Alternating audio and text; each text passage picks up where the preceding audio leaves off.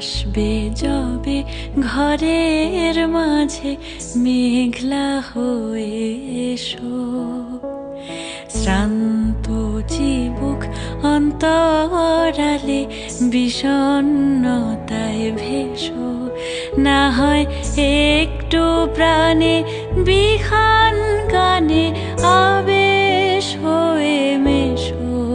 তুমি এমনি